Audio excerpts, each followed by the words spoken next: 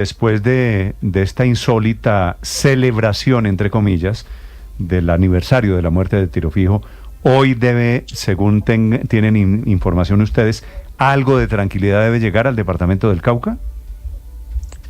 Hoy tenemos una relativa tranquilidad en el departamento. Tampoco podemos negar, doctor Néstor, que cada 2-3 días se nos está presentando una situación de enfrentamientos con la fuerza pública de los diferentes grupos ilegales. En el Cauca, antenoche tuvimos el atentado también con explosivos al paso de 2 camiones del ejército en el sector de Rosas, Párraga, Chontaduro. Entonces cada 2-3 días estamos, desafortunadamente, se nos está presentando esta situación de enfrentamientos, pero esto también refleja unas situaciones que el gobierno, principalmente nuestro Ejército Nacional, está haciendo presencia en los diferentes municipios para mirar y asegurar el tema de la convivencia con las comunidades.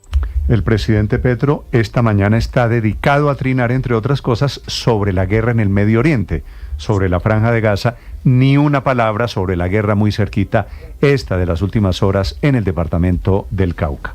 Que alguien le diga, por favor, que estamos aquí en guerra, que la que nos interesa es la de aquí, o que nos interesa más la de aquí.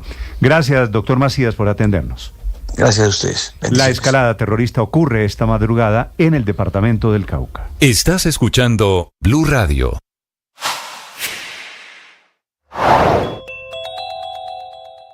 La Fiscalía le pisa los talones a Carlos Ramón González, poderoso dirigente político que tuvo papel protagónico durante la primera etapa del gobierno del presidente Gustavo Petro. González, exguerrillero del M-19 y uno de los creadores de la Alianza Verde, y quien hasta hace pocos meses fue secretario general de la presidencia y luego director nacional de inteligencia, 2 de los cargos más cercanos al presidente Gustavo Petro, está contra las cuerdas por su presunta participación en el escándalo de corrupción en la unidad de gestión de riesgo. La fiscal delegada ante la Corte Suprema de Justicia, María Cristina Patiño, ordenó una serie de pruebas para determinar si imputa o no cargos contra Carlos Ramón González, quien, según Olmedo López, habría sido quien ordenó la entrega de 3.000 millones de pesos en efectivo al entonces presidente del Senado, Iván Name, y 1.000 millones de pesos más en cash al entonces presidente de la Cámara, Andrés Calle, supuestamente a cambio de su apoyo en el Congreso a las iniciativas del gobierno del presidente Gustavo Petro. Ese dinero habría sido pagado con dineros provenientes del famoso contrato para la compra de los carrotanques de La Guajira, que se firmó de manera fraudulenta y direccionada por parte de la unidad de gestión de riesgo.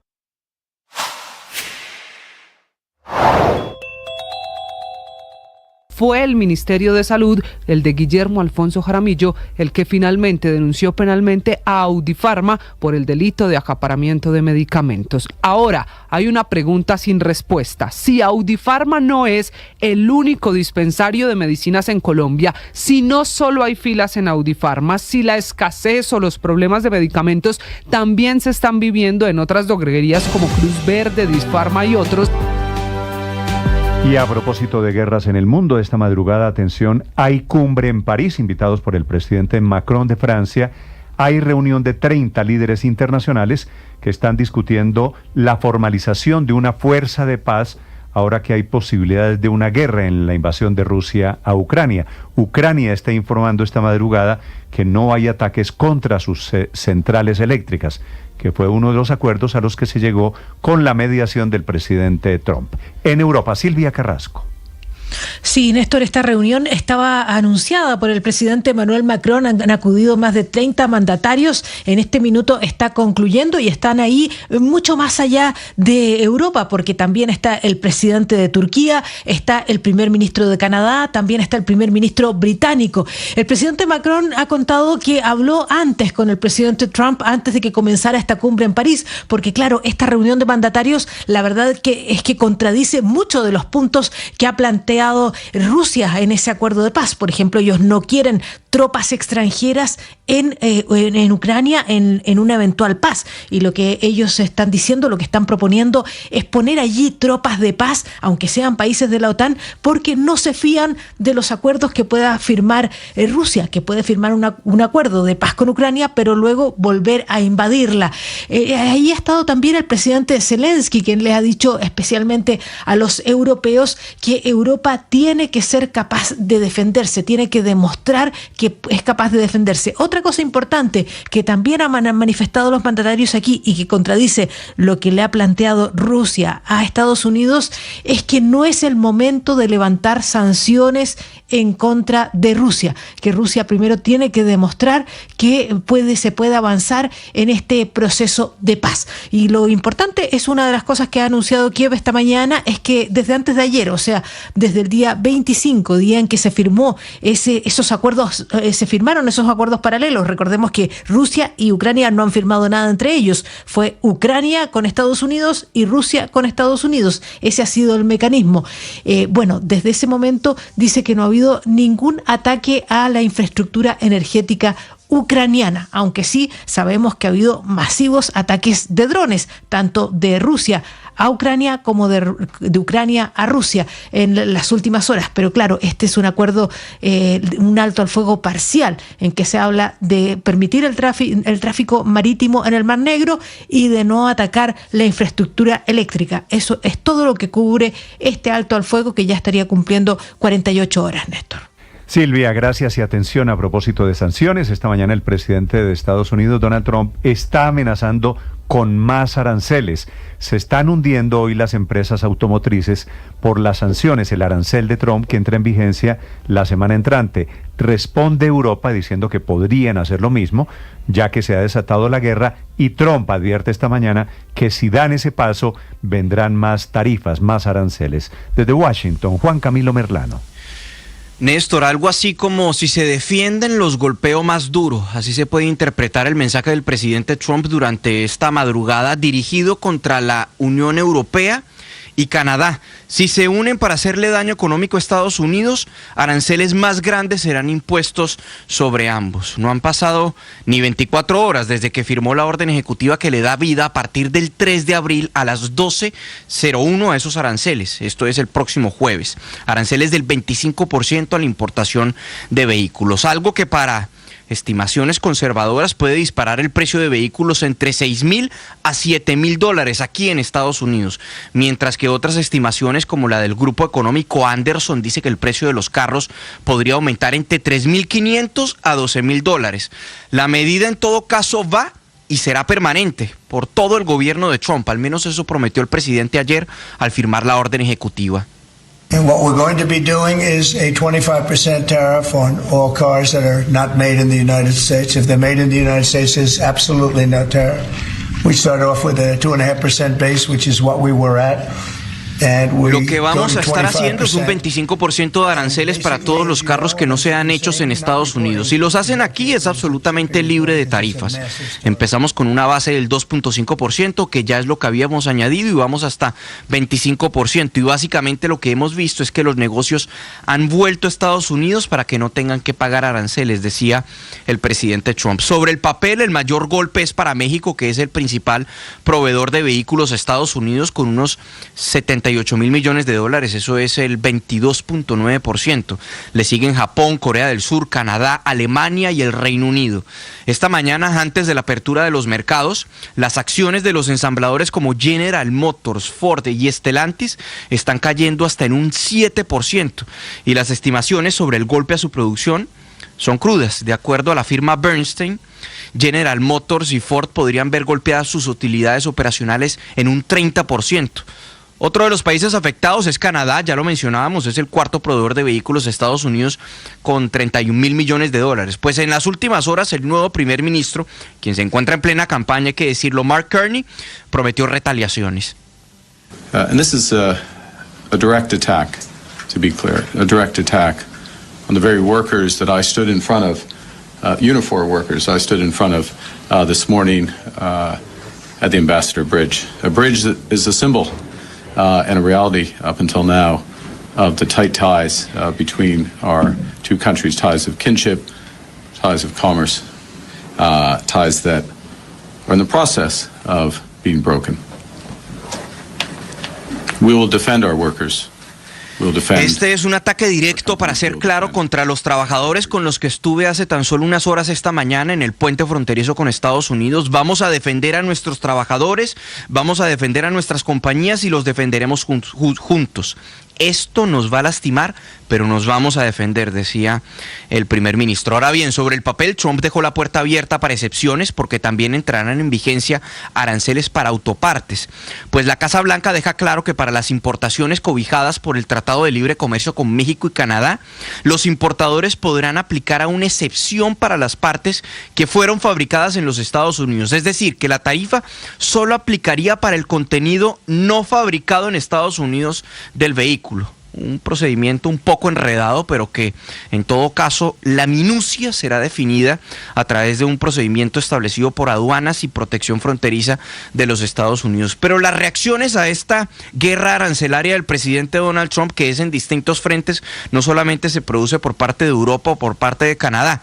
El presidente de Brasil, Luis Ignacio Lula da Silva, quien ha sido golpeado también en los últimos días por los aranceles, particularmente al acero, habló en las últimas horas durante una visita en Japón, diciendo que está muy preocupado por la postura de Estados Unidos. Escuchemos. Eu, sinceramente, estou muito preocupado com o comportamento do governo americano, com essa taxação de todos os produtos de todos os países, sabe? Estou preocupado porque o presidente americano não é xerife do mundo. Ele é apenas presidente dos Estados Unidos. Estoy preocupado porque el libre comercio es el perjudicado, porque el multilateralismo está siendo derrotado, y estoy preocupado porque el presidente estadounidense no es el sheriff del mundo, es solo el presidente de los Estados Unidos, decía el presidente de Brasil, Luis Ignacio Lula da Silva, que también dijo que van a estudiar medidas ante la Organización Mundial del Comercio y eventualmente también medidas de retaliación frente a los aranceles impuestos por parte del presidente Trump. No son los últimos aranceles que va a imponer Trump, porque recordemos que también el 2 de abril, según lo que ha prometido, entrarán en vigencia dos grupos nuevos de aranceles, los llamados aranceles recíprocos, que no se sabe de cuánto van a ser ni para qué países están dirigidos, y también otro grupo de aranceles que no ha reiterado en los últimos días el presidente Trump, pero que en todo caso la promesa está ahí, que son los aranceles para productos agrícolas. También aún quedan muchísimas preguntas sobre qué países y qué productos concretamente se verían afectados, Néstor. Estás escuchando Blue Radio. Las relaciones son determinantes en nuestra felicidad. Quien tiene malas relaciones, sin duda, no va a ser feliz. Uno no puede vivir de conflicto en conflicto, en la familia, en la pareja, en el trabajo, con los amigos. Uno tiene que sostener relaciones que funcionen. Y allí es importante saber escuchar al otro, saber entender, comprender qué es lo que comunica. Y también saber hablar y saber decir lo que uno piensa. A veces hay que decirle, oye, no estoy de acuerdo con esto. Cuidado, que esto conduce a esta falla. Cuidado, que esto conduce a esta situación. Entre los amigos nos damos consejos. Entre los amigos nos ayudamos a reflexionar la vida. Ojalá tengas esa actitud para que puedas sostener relaciones sólidas, relaciones que te hagan felices. ¡Ánimo! Tú sabes.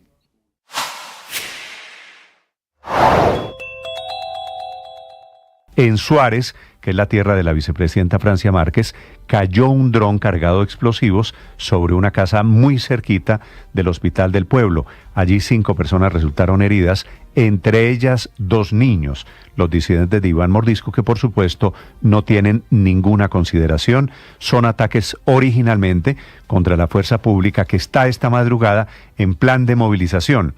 Todo este descontrol del gobierno, todo el desorden público, y el presidente de la República de ello no dice ni una sola palabra, dedicado a otros temas, y ahora quejándose en Twitter porque dice que lo quieren censurar por una tutela que el Consejo de Estado admitió y que va a estudiar y que podría, como yo creo que debería pasar, acabar con las abusivas transmisiones de los consejos de ministros.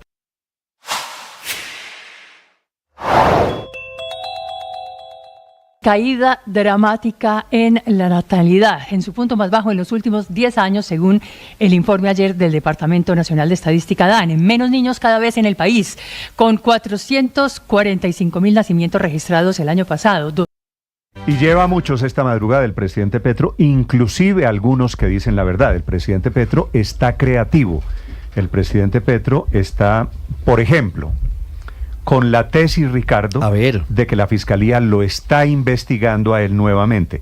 La Fiscalía de la fiscal de él, de la fiscal que él ternó, que está violando su fuero y está revelando un documento en el que supuestamente dice la fiscalía, miren, me está investigando. Eso no es cierto. Ese documento no es que lo están investigando a él, es que están investigando a gente que no tiene fuero. Claro. Por ejemplo, el presidente de Ecopetrol. Claro, y es normal que el fiscal anticorrupción que lleva este caso desde hace meses pida a los jueces autorización para acceder a información contable y financiera de firmas que tuvieron contratos con la campaña Petro Presidente. Por ejemplo, el presidente Petro, creativo como está mencionando un mensaje que circula supuestamente en redes sociales que algún lagarto le envió diciendo que la oposición lo quiere tumbar, que es el trino que acaba de que poner no sabemos, Néstor, cuál es el origen de ese mensaje, ese comunicado que cita el presidente Gustavo Petro en este trino que dice así: no es una coincidencia que se pierdan las personerías jurídicas de los pequeños movimientos que en la coalición Pacto Histórico se las habían otorgado. La razón es dificultar la participación del Pacto Histórico en las elecciones del 2026. Y ahí menciona un anónimo. Claro, es el anónimo al que le hago referencia. Él dice que es un comunicado nazi de las bodegas uribistas, y continúa el presidente Gustavo Petro.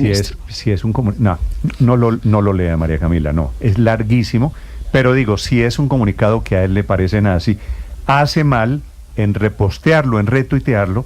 El presidente tiene yo no sé cuántos millones de seguidores en sus redes sociales, Ricardo. ¿7 millones? ¿7? Más de 7 millones, bueno, le voy a dar pues el dato exacto, pero 8.147.710 seguidores tiene el presidente Gustavo Petro en X. Pero ante todo, es que no tiene veracidad. Pero él mismo se contradice, Néstor, porque fíjese que el texto final, el mensaje final, dice el presidente Petro, las últimas líneas: el texto es delirante, así son los nazis, pero la base jurídica de este panfleto se está adelantando.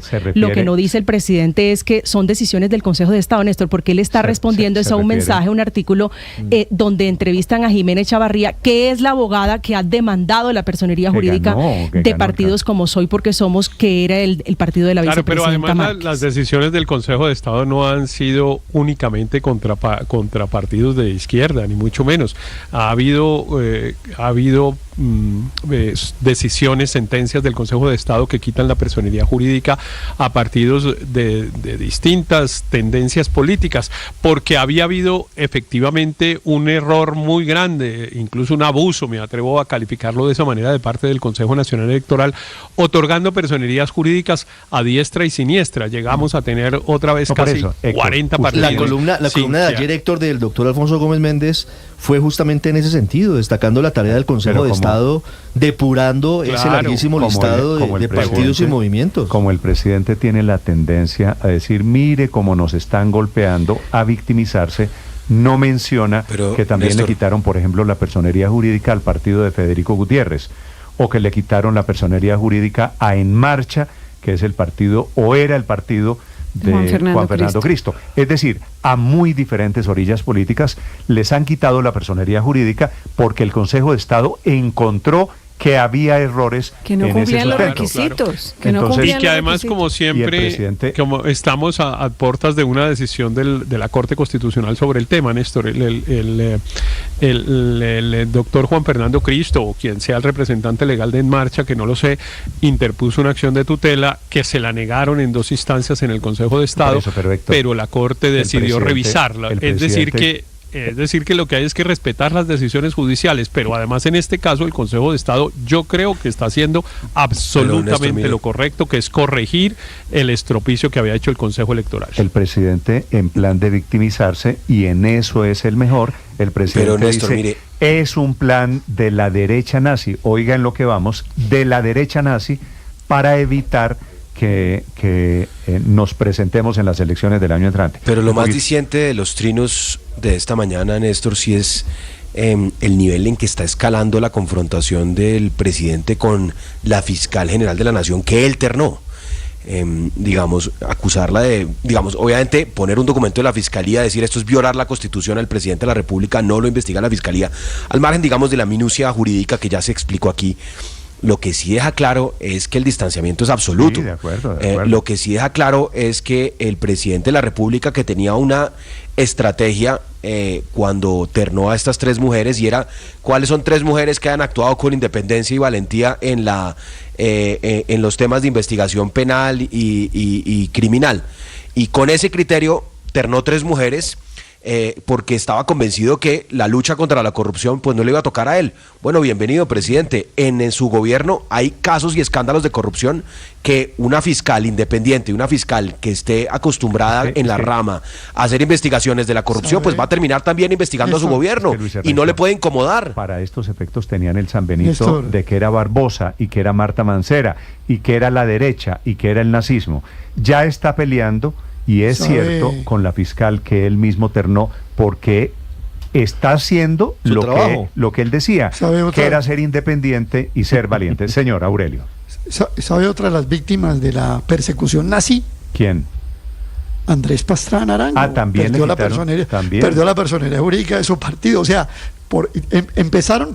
tienen un elemento en común Pastrana y Petro, que son ambos víctimas de la persecución nazi. Ahora, a él le facilita que le quiten personería jurídica a esos dos grupos, porque el proyecto de Petro no es presentar esos partidos dispersos en las elecciones.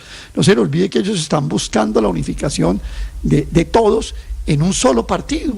Entonces, pues eso está incluso dentro de su estrategia electoral de unificarse todos en un solo partido. Yo sé que todo lo que hace y dice el presidente por estos días, claro que tiene que ver con el tema de elecciones del año entrante. Néstor, ahí es la estrategia de siempre del presidente, ¿no? Una cuchara de verdad con una volqueta de mentiras, porque es que cuando nos vamos, por ejemplo, al tema, al trino donde acusa a la fiscalía y dice que está violando su fuero constitucional, y nos damos cuenta, es una fotografía engañosa, porque es que el expediente completo de lo que habla es de la investigación a no aforados, pero entonces ahí hay un deliberado engaño para garantizar, o sea, para confundir a la gente, como con el otro trino.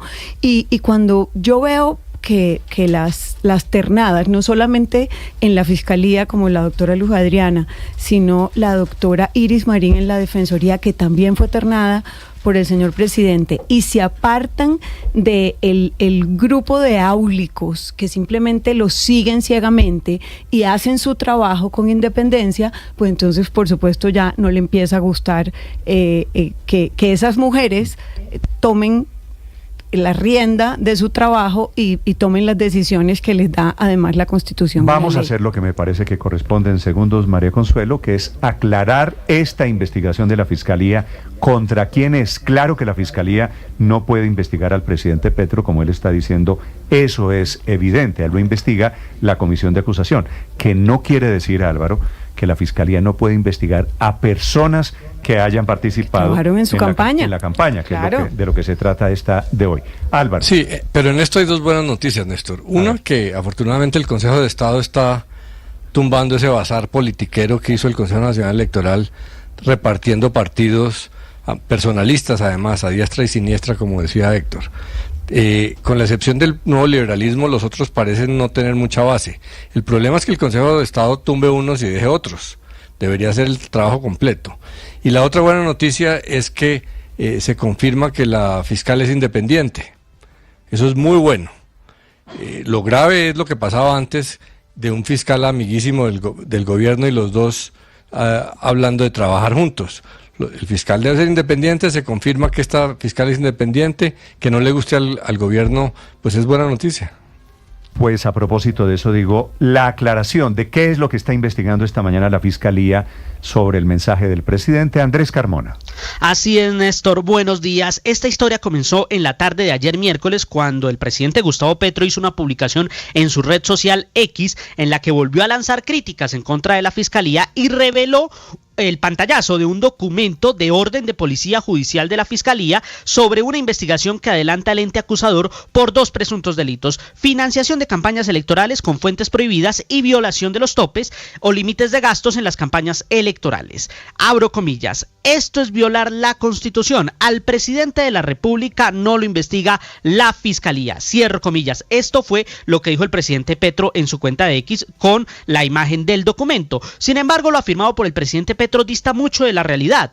Blue Radio pudo acceder al acta de audiencia número 58 del Juzgado 54 Penal Municipal con función de control de garantías, en el que la jueza María Isabel Parada Ayala acepta la solicitud hecha por el fiscal anticorrupción Elkin Javier Ardila Espinosa para realizar búsqueda selectiva en base de datos en el marco de la investigación preliminar que se adelanta por las presuntas ilegalidades en la financiación de la campaña contra el exgerente de la misma y hoy presidente de Ecopetrol, Ricardo Roa, y los integrantes no aforados de la campaña, en el marco de que se encontraron méritos para adelantar estas indagaciones. Incluso fuentes consultadas por Blue Radio, Néstor, señalan que la revelación del documento hecha por parte del presidente Petro, al tratarse de una indagación a la campaña con la que fue elegido presidente de la República y a los integrantes no aforados, más no al hoy jefe de Estado, ya que cuenta con fuero constitucional de la Comisión de Acusaciones de la Cámara, pone en riesgo la investigación y en riesgo la seguridad y la integridad del fiscal Ardila Espinosa.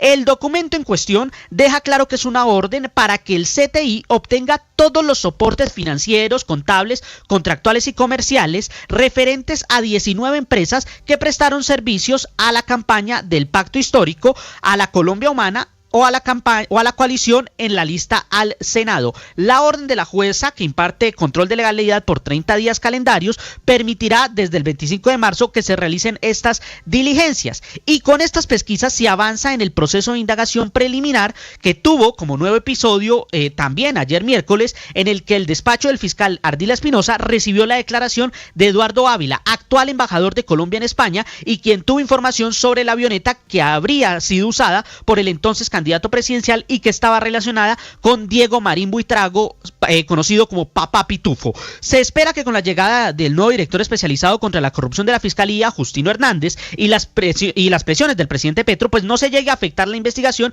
que adelanta el fiscal Ardila Espinosa y que incluso lleve, como en otros casos, cuando se busca dilatar el tema, a que este sea trasladado o le quiten el caso, Néstor.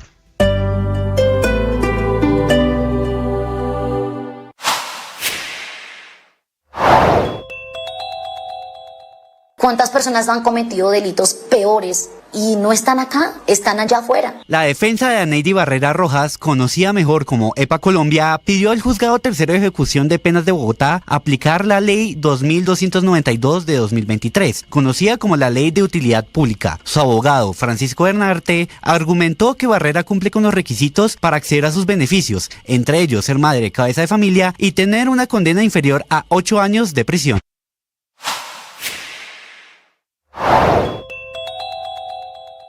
Más detalles continúa revelando la Fiscalía en torno a las pruebas que ha recopilado contra Nicolás Petro, quien sigue compareciendo esta semana en la audiencia preparatoria de juicio por los delitos de lavado de activos y enriquecimiento ilícito. La fiscal del caso, Lucy Laborde, expuso que entre las pruebas que espera que le sean avaladas para el juicio está la información extraída de los computadores de Nicolás y de su actual pareja, Laura Ojeda. Del allanamiento y registro y que se incautara la suma de los 24.900.000 pesos, se trataba también de una costumbre que tenía el señor procesado de guardar dinero en efectivo en su casa de habitación.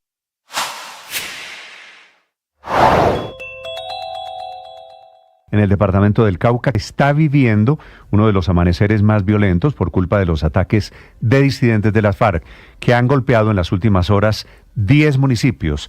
En menos de 12 horas van ataques con explosivos que dejan 81 heridos y soldados muertos, con unas imágenes terribles que pueden ver quienes están conectados en este momento en el canal de YouTube o en la plataforma Enditu.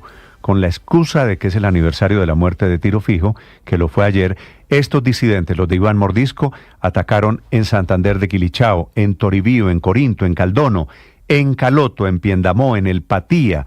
La situación más crítica se registra allí en Piendamó, en donde hicieron estallar una motocicleta bomba con el saldo terrible de 73 personas heridas. De ellos hay 20 graves que fueron trasladados a Popayán.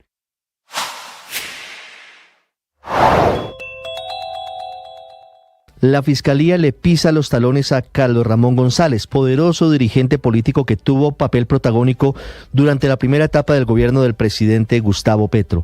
González, exguerrillero del M-19 y uno de los creadores de la Alianza Verde, y quien hasta hace pocos meses fue secretario general de la Presidencia y luego director nacional de inteligencia, dos de los cargos más cercanos al presidente Gustavo Petro, está contra las cuerdas por su presunta participación en el escándalo de corrupción en la Unidad de Gestión de Riesgo. La fiscal delegada ante la Corte Suprema de Justicia, María Cristina Patiño, ordenó una serie de pruebas para determinar si imputa o no cargos contra Carlos Ramón González, quien según Olmedo López habría sido quien ordenó la entrega de 3.000 millones de pesos en efectivo al entonces presidente del Senado, Iván Name, y 1.000 millones de pesos más en cash al entonces presidente de la Cámara, Andrés Calle, supuestamente a cambio de su apoyo en el Congreso a las iniciativas del gobierno del presidente Gustavo Petro. Ese dinero habría sido pagado con dineros provenientes del famoso contrato para la compra de los carrotanques de La Guajira, que se firmó de manera fraudulenta y direccionada por parte de la Unidad de Gestión de Riesgo.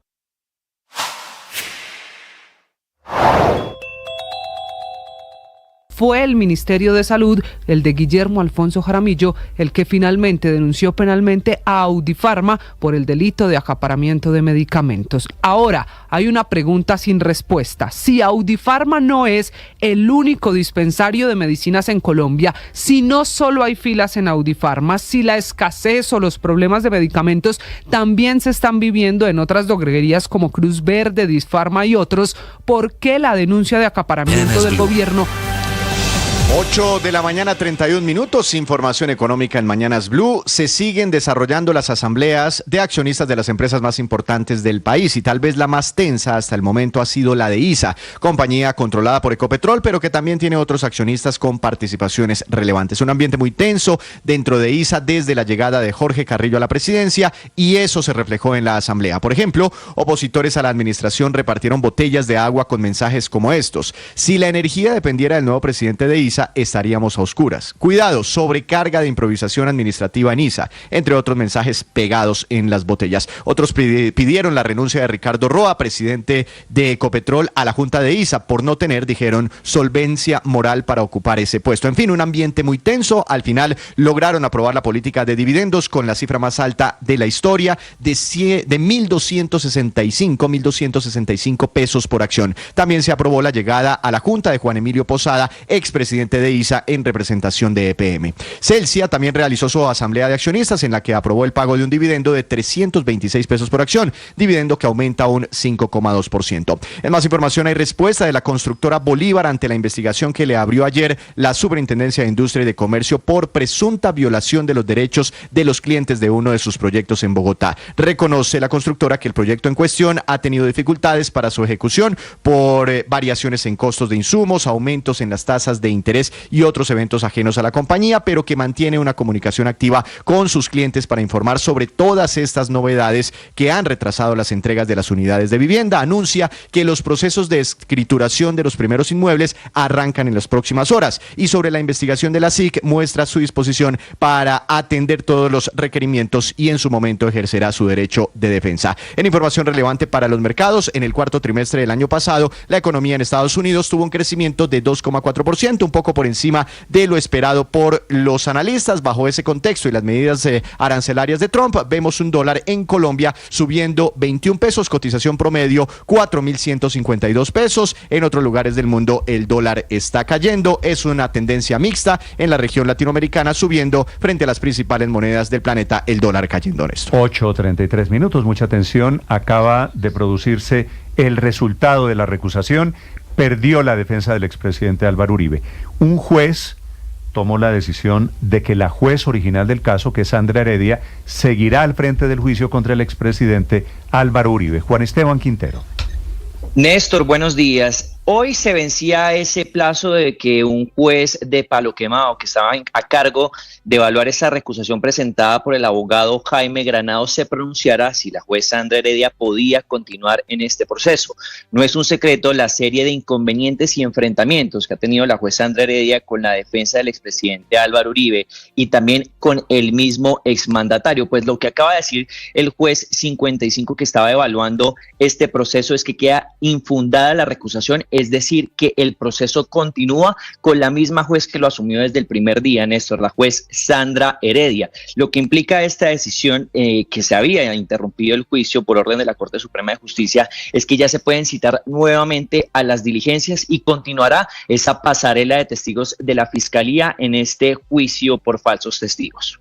La decisión la toma una juez, ¿verdad? Sí, señor, es la siguiente en la línea, una juez homóloga, Néstor, que dice, entre otras cosas, es una decisión que se acaba de proferir y dice: revisada la intervención del recusante, es decir, de la defensa del expresidente Álvaro Uribe Vélez, esta juez de circuito debe señalar que de su postulación no logra extraerse probatoriamente la existencia de manifestaciones u opiniones extraprocesales hechas por la doctora Sandra Liliana Heredia dentro de la actuación que cursa en contra del ciudadano Álvaro Uribe Vélez. Por tal razón, su solicitud, además de ser ambigua, no se ajusta al elemento central, que era que ella saliera de la investigación, dejara de conocer el juicio en contra del expresidente Álvaro Uribe. Es decir, esta batalla la pierde Uribe, la pierden sus abogados. Son las 8:35 minutos y la juez Heredia seguirá en consecuencia al frente del caso del expresidente Álvaro Uribe. Debe convocar para que siga la audiencia pública de juzgamiento en contra del expresidente Álvaro Uribe. Esa diligencia estaba suspendida mientras se definía esta acción que había entablado el abogado Jaime Granados. 8:36 a.m.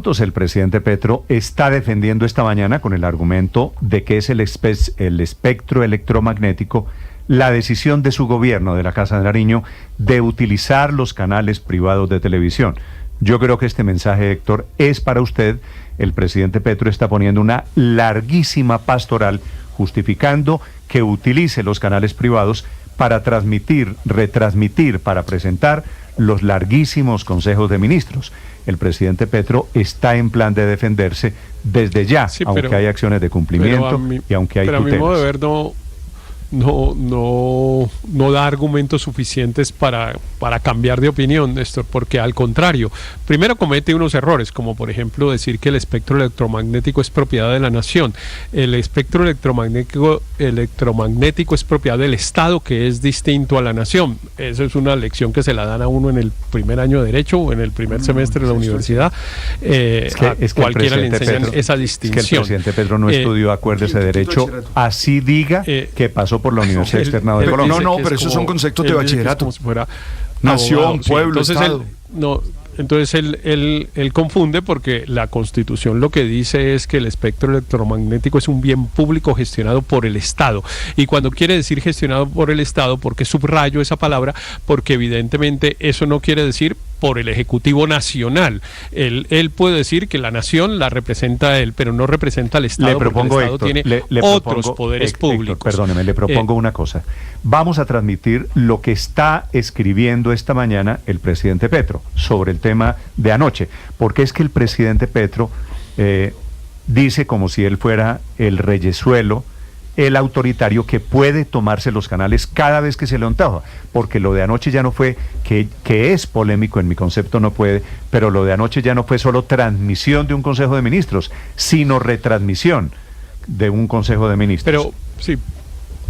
Pero Néstor, yo creo que, permíteme decir antes de que la lectura de lo que dijo el presidente, recordar una cosa que es fundamental, que yo no entiendo por qué el presidente insiste en este tema, y es la decisión de la Corte Constitucional en el año 2001. La ley 182 del año 1995 autoriza al presidente para hacer esos enlaces que llaman la alocución presidencial. En eso no hay discusión. La ley decía dos cosas: en cualquier momento y sin ninguna limitación, que claramente era una facultad muy amplia. La Corte Constitucional dijo, sin ninguna limitación es una expresión inconstitucional para el presidente o para cualquier funcionario público, porque en un Estado de Derecho todos los funcionarios tienen limitaciones. Y segundo, en cualquier momento, la Corte le dijo, no señor, en cualquier momento no, en unas condiciones, que sea grave, que sea usted personalmente y varias condiciones más. Eso es lo que el presidente parece desconocer, parece que nunca ha leído la sentencia 1172 del 2001, Héctor, de la Corte Constitucional. Que alguien le diga que un Consejo de Ministros no es una alocución.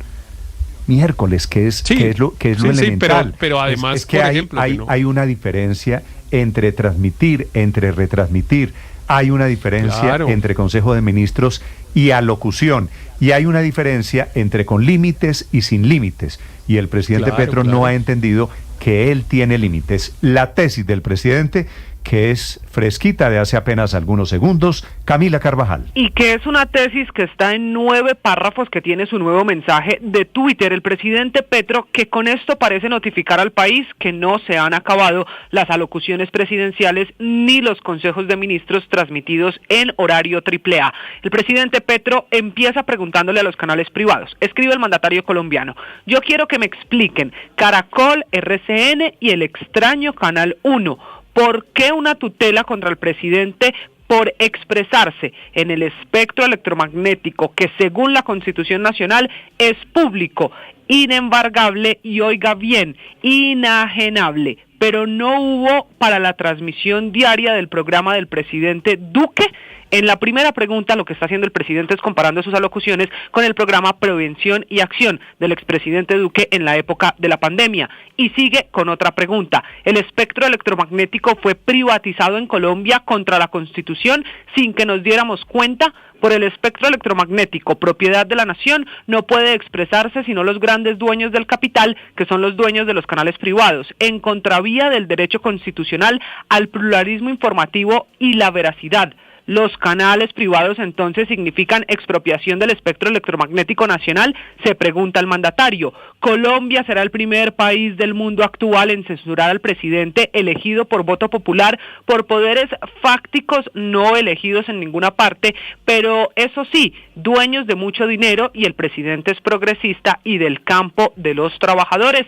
Y termina el mensaje del mandatario con otros 3 párrafos, también en pregunta: como si ha ocurrido en muchos países del mundo, se busca censurar al presidente porque quieren aprovechar el golpe parlamentario para anular el voto popular del 2022 inconstitucionalmente.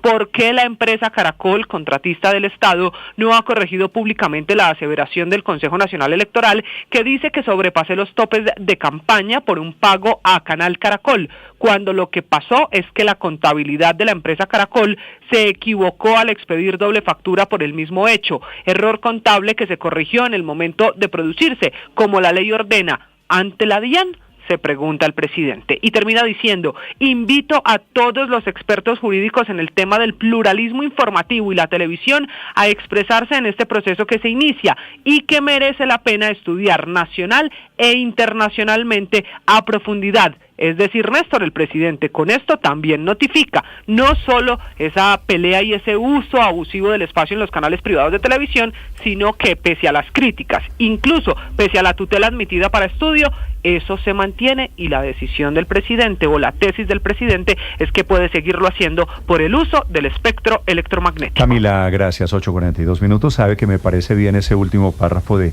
invito a todos los expertos, pero yo no creo que esto sea solamente jurídicos, aunque entiendo que, por supuesto, el primer debate en este país de santanderismos es legal, pero me parece que este es un tema de derechos, y los derechos no son jurídicos, porque se va a volver, Héctor, una discusión, perdóneme, alrededor de los canales. Los canales sabrán defenderse, los canales tienen oficinas jurídicas y tendrán que dar la pelea si creen que hay la pelea, pero este es un tema de ciudadanos, de derechos, Néstor, pero de libertad de información, de derecho a ver lo que se me da la gana.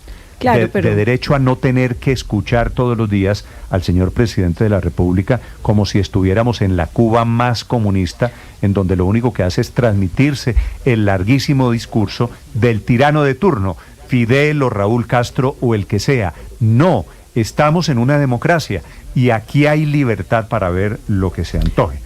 Así que me parece... Claro, Néstor, pero cuando el presidente en su trino se refiere a la Constitución, yo sí creo que debemos revisar qué es lo que dice la Constitución por aquello de su manipulación engañosa, de poquita verdad con mucha mentira. El artículo 75 lo que dice es: el espectro electromagnético es un bien público, no de él, inenajenable e imprescriptible, sujeto a la gestión y control del Estado.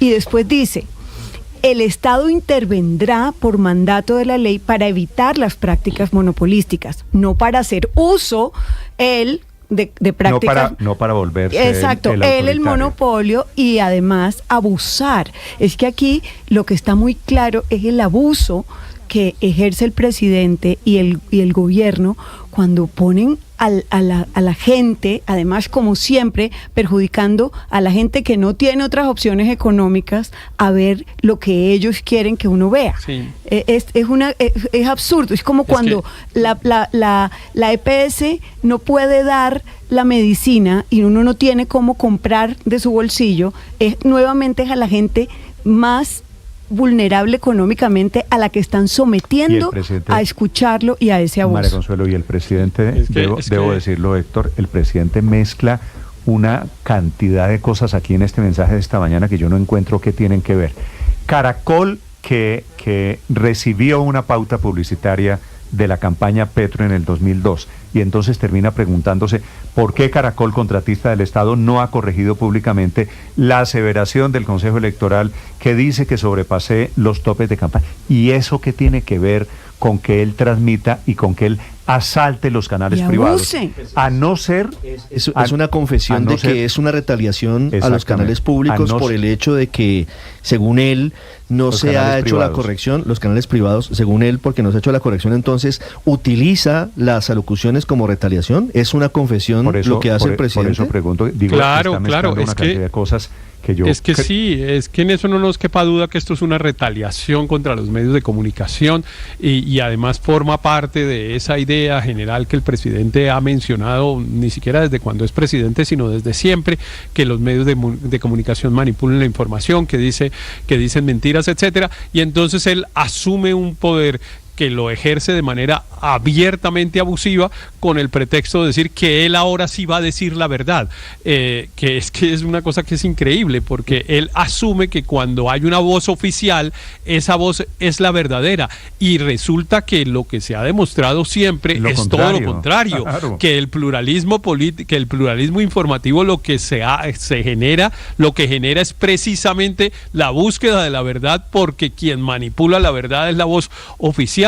Pero Néstor, yo sí creo que aquí es muy importante que yo confío realmente otra vez en el Consejo de Estado, porque aquí hay una cosa que, digamos, unas tensiones entre derechos. Evidentemente hay una tensión entre la facultad presidencial esa de interrumpir la programación y los derechos de los televidentes, que tienen derecho a escoger qué quieren ver, a escoger por dónde se quieren informar, etcétera.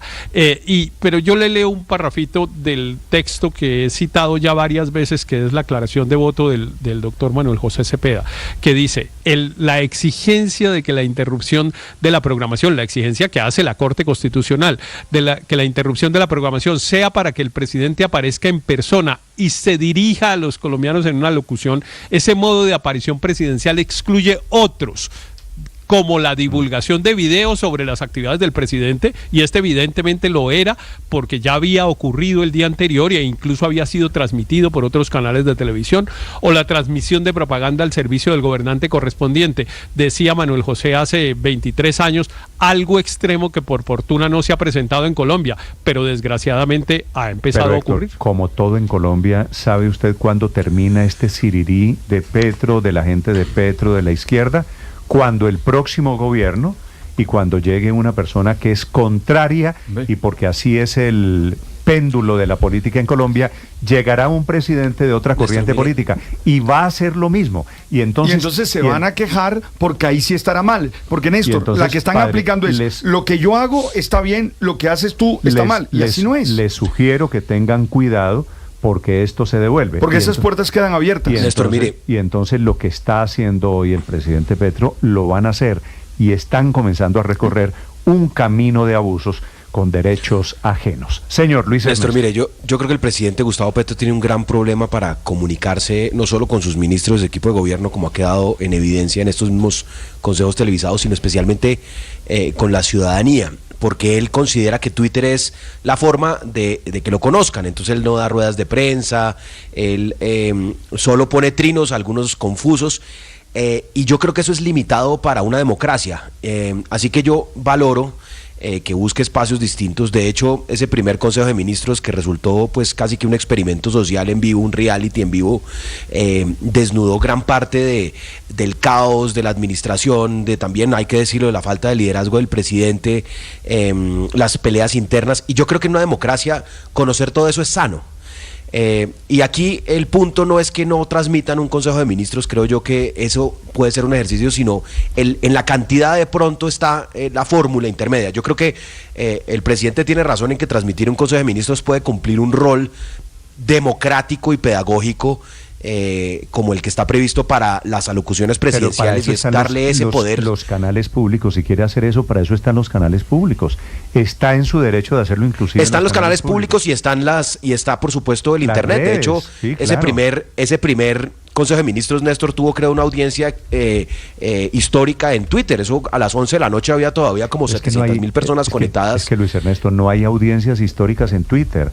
O sea, bueno, no sé por qué. Pero a lo que voy, Néstor, a lo que voy es, yo creo que no tiene sentido. El presidente dijo en su momento, tengo no sé cuántos 3 millones de likes o de vistas o de reproducciones. No, pero no es eso, pero sí, yo digamos que sí sigo transmisiones. Realmente no es tan común ver una transmisión a las 11 de la noche con 700.000 personas conectadas en Colombia, en Twitter, y era ese primer Consejo de Ministros reality. Pero Néstor, yo a lo que voy, y con esto concluyo, es no creo que, digamos, yo sí le reconozco que se le está yendo la mano completamente al gobierno, tratando de, pues poniendo semanalmente un Consejo de Ministros, además aburridísimo, ladrilludísimo, y por horas bloqueando los canales privados. Y además, como lo ha dicho Ricardo, creo que también aquí hay un componente de retaliación política, porque él siente que los medios de comunicación no lo cubren como él quiere, sino son muy críticos, a lo cual tienen todo el derecho en una democracia. Ese es el rol justamente de los medios de comunicación.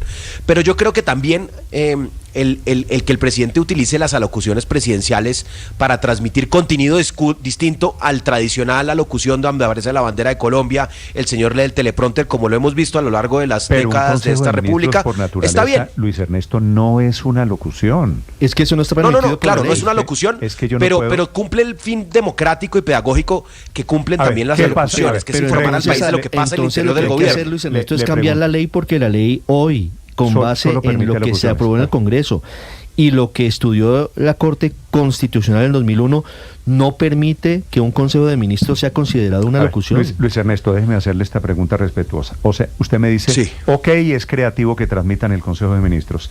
¿Qué hacemos si mañana el presidente dice, ok, lunes transmitimos Consejo de Ministros, y puede pasar, y el martes transmitimos el COMPES, y el miércoles transmitimos el CONFIS? Y el jueves un día pues estamos en Aló Presidente, estamos en Aló Presidente, todos sabemos cómo es. Ya estamos en Aló Presidente. Claro que estamos ahí. Y decían que no nos íbamos a aparecer. Pero a lo que voy, queridos colegas, es no nos quedemos en la finura de que una locución presidencial es entonces cuando aparece el ramo de flores y la bandera de Colombia atrás. No, pero es que no es una presidente de la República, no es una finura, leyendo un tiene teleprompter. Una motivación. Si no cambiemos la locución presidencial es un mensaje del presidente de la nación. Y ese mensaje del presidente de la nación. ¿Qué mensaje? Dígame, ¿cuál fue el mensaje del presidente de antier? No, le voy a decir el mensaje del primer Consejo de Ministros, que fue el más visto. El mensaje es: mi gobierno se está partiendo en pedacitos. De hecho, después de eso salieron todos los ministros. En mi gobierno tenemos una bajísima coordinación y por eso es que no llegan los resultados. Y yo creo que en una democracia conocer eso es bien interesante, y que todo el país lo haya visto en vivo y en directo es bien interesante y es profundamente democrático. Entonces yo insisto, aquí la discusión es la cantidad de alocuciones o la cantidad de intervenciones, y yo coincido con ustedes que se les va la mano. A mí me parece que puede ser democrático, pero para lo que quiere el presidente hay un sistema de medios públicos que es donde le hacen la propaganda al presidente. Los canales privados, entre otras cosas, que tampoco debería ser, ¿no? Tienen unos derechos, sí, pero usted no le puede pedir peras al olmo. Los canales privados tienen unos derechos que se ganaron pagando una plata muy grande al Estado por el uso del espectro electromagnético, pero bueno. Y para recuperarla tienen que vender publicidad, y es precisamente lo que está impidiendo hacer el presidente Gustavo Petro en estos momentos, y es que reciban esa plata por los comerciales y las cuñas que tienen necesariamente que pasar para poder pagar todo lo que pagaron para hacerse con esos espacios. Entonces, Paola, si la Casa de Nariño llega a ser condenada, la Casa de Nariño pagándole a los canales privados lo que ellos no pudieron recibir por cuenta de publicidad. en estas 11 o 12 horas que les han quitado el horario AAA, eso vale una plata grande, quiero decirle. Sí, pero es que, más la olla. La olla raspada y el presidente gastándole en el capricho como eso de la, es plata de la del Estado, entonces eso no importa. Como eso no nos duele, volvamos a lo que decían las abuelas. Pero es que lo de anoche, para terminar, Aurelio. Lo de anoche yo creo que está por fuera de cualquier marco jurídico, Néstor.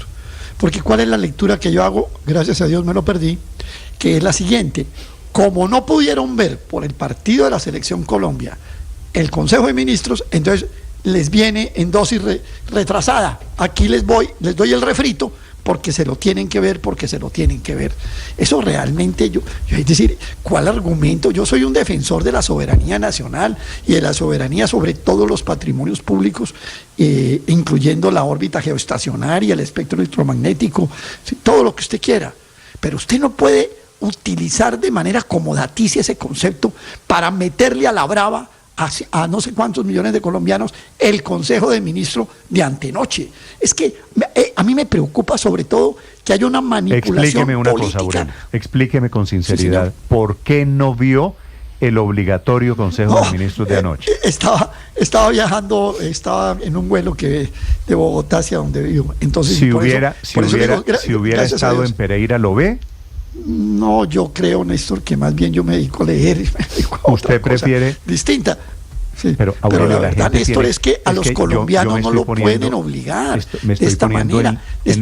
En el pellejo de la gente que llega a su casa cansada de la peleadera política. Que no tiene Netflix, que no puede acceder a una plataforma. Prende el televisor porque quiere ver la novela, porque quiere ver Yo Me Llamo, porque quiere ver lo que sea, porque quiere ver la calva brillante del presentador deportivo, por ejemplo. Permítame insistir en un punto, desfigurar muy caros patrimonios públicos simplemente para justificar su arbitrariedad. Petro no sabe el daño que le está dando a ese tipo de conceptos. Petro no sabe que está manoseando conceptos tan caros para el Estado, para los colombianos, como son estos patrimonios que harto nos ha costado conseguir. Mire, para que Colombia pudiera ser reconocido su órbita gestacionaria, su espectro electromagnético del país, tuvo que tener esfuerzos ingentes para poder recuperar esto, y él no entiende que está manoseando esto y denigrando de esto. El presidente esta mañana está en la teoría de que lo puede hacer y de que lo va a seguir haciendo, a no ser que haya una orden judicial de por medio. 8:56, cuando digo la calva brillante del presentador de deportes. Muchas gracias, señor. ¿Se entendió a quién? No, le agradezco la ¿Entendió ¿Usted a quién me refería? ¿Usted cree que sí va a cumplir una orden? No, creo, sabe que tengo... Perdóneme, porque yo lo que he visto es que la Corte ha dicho cosas y no pasa nada. Entonces, yo realmente veo un talante que no le hace caso a esas valores democráticos. A esos valores democráticos. Padre, quiero ser bien pensado. Ok. De pronto lo del presidente Petro es una estrategia para aumentar la natalidad en Colombia. Menos gente va a ver televisión, más gente termina... Como en la época del apagón. Claro, más gente termina arrunchada. 8:57, en segundos. Atención, la información oficial sobre la caída de la natalidad en Colombia. Estás escuchando Blue Radio.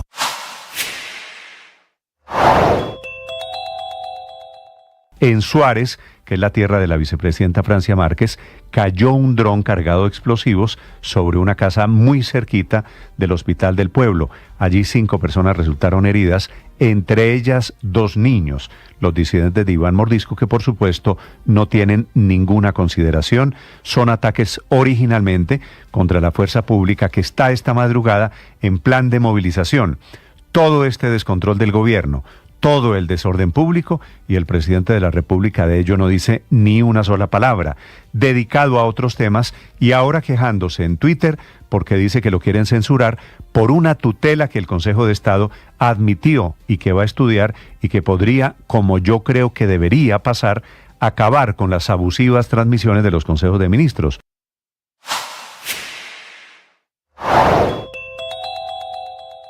caída dramática en la natalidad, en su punto más bajo en los últimos 10 años, según el informe ayer del Departamento Nacional de Estadística DANE. Menos niños cada vez en el país, con 445.000 nacimientos registrados el año pasado, 250.000 por debajo de lo que se había proyectado. La tasa de natalidad viene cayendo desde antes de la pandemia, pero se acentuó, se exacerbó durante la época de pandemia y siguió después de la pandemia. Después del COVID-19, en la última década, el número de nacimientos en Colombia ha caído más de 33%, que es una cifra que va a cambiar los mapas demográficos en Colombia. Marcela Peña. Néstor, buenos días. Y es que el año pasado nacieron menos de 500.000 niños por primera vez desde que llevamos los registros. Como usted menciona, la natalidad ya venía cayendo unos añitos atrás, pero desde la pandemia esto se aceleró. Solo el año pasado la caída fue del 13,7%. De acuerdo con las cifras del DANE, está cayendo la tasa de fecundidad, que es la métrica con la que se mide la frecuencia de nacimientos en Colombia. En 2005, en Colombia nacían 63.9 niños por cada 1.000 mujeres en edad reproductiva. Hoy en día estamos hablando de 32, es decir, la mitad.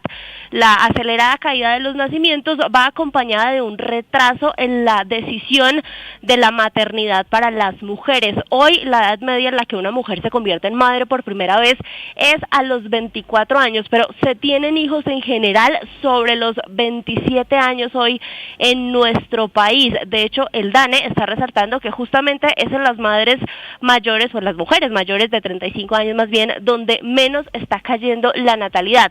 El año pasado nacieron en Colombia 445.011 niños, según las estadísticas del DANE. En los últimos años hemos tenido caídas pronunciadas en varios departamentos. Desde 2015 le voy a mencionar algunos de ellos: Atlántico, Amazonas, Magdalena, Chocó y Tolima, todos ellos con caídas de más del 30% desde el año 2015. Marcela, esto lo que quiere decir es menos niños,